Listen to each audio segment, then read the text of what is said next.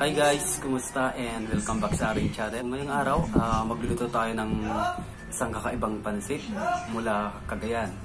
At ang tawag ay Pansit Laddit. Itong pansit na to is traditional na hinahanda yung may birthday o kaya merienda, ganun sa amin. So, nakakamiss lang kasi matagal na akong hindi nakakatikim. Ngayong araw, try nating magluto. Susubukan nating gawin. Medyo mahirap pero patry pa rin natin. Tara!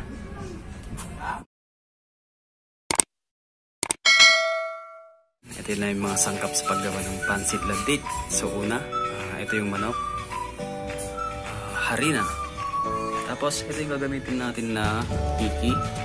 Bale, magmamasa tayo. Gamit nito, pang laddit natin. Itong knife, pangkat natin mamaya para maging noodles. Then, ang susunod is mantika, patis, asin, tapos pampalasa. Andyan na yung chicken cubes. Tapos, Aswete. Then, dahon ng sibuyas, paminta, bawang, at saka sibuyas. Yun lang kailangan natin mamaya. Okay, umpisa na natin. Una,